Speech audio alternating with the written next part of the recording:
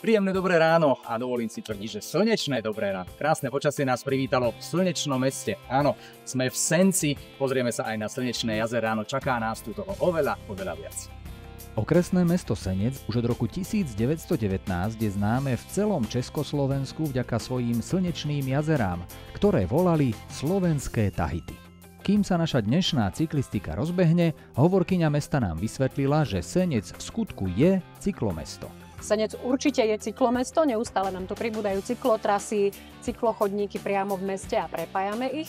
Preto máme aj mestskú políciu, ktorá má cyklohliadku, ktorá v istých momentoch sa lepšie dostane po cyklistických trasách, tam kam potrebuje, ako by sa tam dopravovala autom. Bicyklovanie s policajnou eskortou, to sme ešte naozaj v cyklopotulkách nezažili.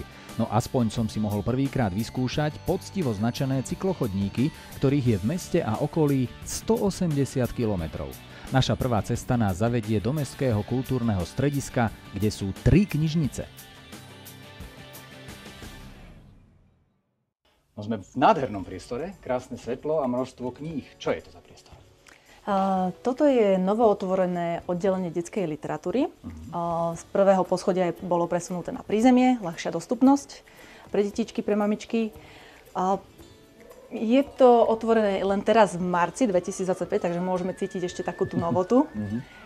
Knihy sú samozrejme staré, sú presunuté, je ich tu okolo 20 000. No a tie zvieratka, ktoré sú tu poschovávané, to je pre detičky, čo určené niečo na vyhľadávanie? Samozrejme. Sú vytlačené z 3D tlačiarne a sú na schvál samozrejme biele, aby detičky použili trošku hlavu a oči hlavne a hľadali ich. Toto je oddelenie odbornej literatúry.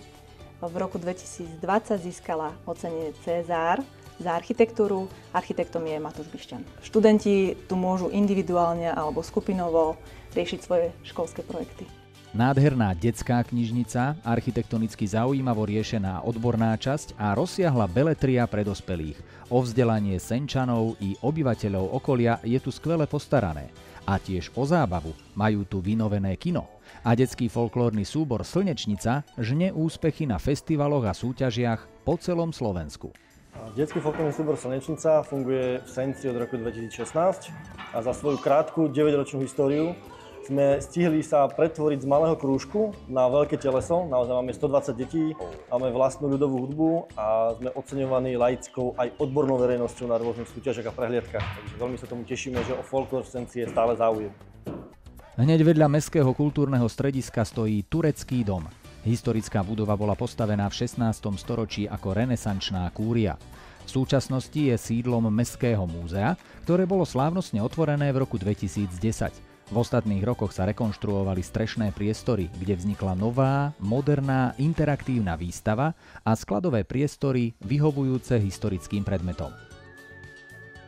Expozícia mapuje širší región okolo Senca, ale samozrejme dôrazom na dejiny Senca od praveku až po prvú svetovú vojnu. Vo vzťahu k Sencu by som mohol spomenúť tak prvú písomnú zmienku ako dokument, viaceré poklady, ktoré tu boli na okolí nájdené, alebo históriu prvej vysokej školy ekonomického a hospodárskeho zamerania vôbec v Habsburskej monarchii, ktoré má názov zjednodušený Collegium Economicum a sídlilo tu v Senci. Múzeum svoje aktivity rozširuje. V posledných rokoch sa im podarilo zachrániť pred zrúcaním bývalú prepriahareň z čias vlády Márie Terézie, ktorá bola súčasťou hostinca u Zlatého Grifa. Mesto ju zrekonštruovalo a priestory sa dnes využívajú ako hasičské múzeum. Nachádza sa tam výstava dejín dobrovoľného hasičstva v Senci a jeho okolí. Na promenáde hneď vedľa mestského úradu stojí synagóga z roku 1906. Dnes v nej organizujú kultúrne podujatia a citlivo pripomínajú hrozné osudy židovskej obce Senca. Nachádzame sa v obnovenej seneckej synagóge. Pred synagógu tu stála staršia modlitebňa ešte v 19. storočí. Synagóga plnila svoj pôvodný účel do mája 1944, keď na námestí pred synagógou boli zhromaždení Židia zo Senca aj z nedalekého okolia a boli odsunutí zo Senca preč a nakoniec sa dostali do vyhľadzovacích táborov. Bratislavský samosprávny kraj, ktorý získal túto budovu do vlastníctva, ju obnovila do tohto stavu, ako vidíme dnes. Konajú sa tu koncerty a rôzne kultúrne podujatia. Senec má skvelé predpoklady na využívanie bicyklov aj počas všedného pracovného dňa. Leží takmer úplne na rovine. No a na jedinom kopci postavili v polovici 18. storočia gotický kostol. No a teraz je už čas pozrieť sa na Slnečné jazerá. Z mesta si viete prenajať zdieľaný bicykel a cyklochodník vás k ním dovedie. Po ceste stretávame vychytávky ako napríklad cyklodržadlá pri križovatkách, nech nemusíte zosadať, naklonené smetné koše, aby ste spoľahlivo trafili, či parkovací cyklodom pri železničnej stanici. No a cykloščítače v asfalte vám prezradia prakticky okamžite, koľko bicyklov tadiaľ dnes prešlo.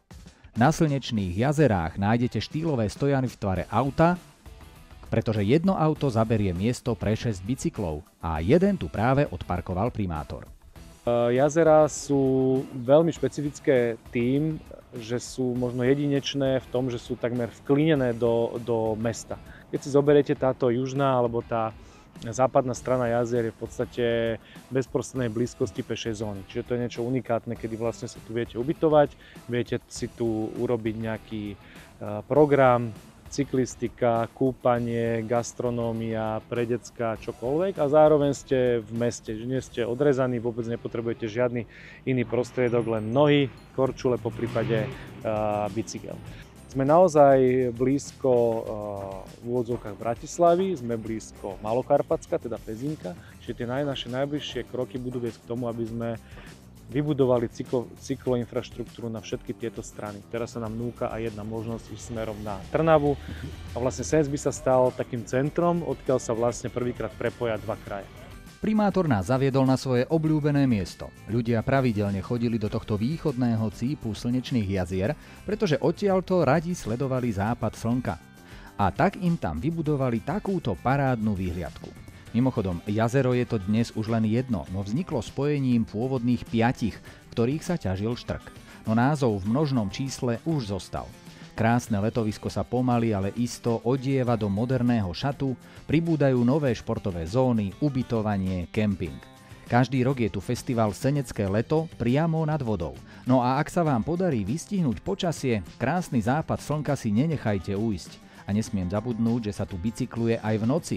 Mesto 4-krát ročne organizuje nočné cyklojazdy Sencom, kam pravidelne chodí cez 400 cyklistov. No a po zotmení sa oplatí každý deň od júna do septembra zastaviť v amfiteátri. Premietame od júna do augusta každý večer. Každý večer. Každý jeden večer. Máme vysokú návštevnosť, môžem povedať, za rok 2024 nás navštívilo viac ako 18 000 divákov a to sme premietali 76 večerov. Tak to je paráda, naozaj skvelé čísla. Takže ľudia sa zžili s týmto parkom oddychu a aj s amfiteátrom a jednoducho sa naučili sem chodiť a využívajú to. Áno, je to pre nich veľmi také... To leto bez amfiteátra nemôže byť. Myslím si, že tie filmy pod holým nebom sú takou pridanou hodnotou. Naša cesta Sencom sa pomaly chýli ku koncu. Na severnom konci mesta stojí starý červený majer, ktorý dostal názov podľa typických tehlových budov. To bola poľnohospodárska usadlosť, ešte bolo to esterháziovské pánstvo. A čo by agroturistika? To je taký moderný spôsob vlastne lákania turistov. Chodia sem byť cyklisti. A má sa tu budovať ešte cyklotrasa medzi Sencom, cestou na osadu Martin po Blatné. Znavený cyklista tu nájde oddych v saune s výrivkou, v bazéne so slanou vodou, či len tak posedením na terase pri fontáne.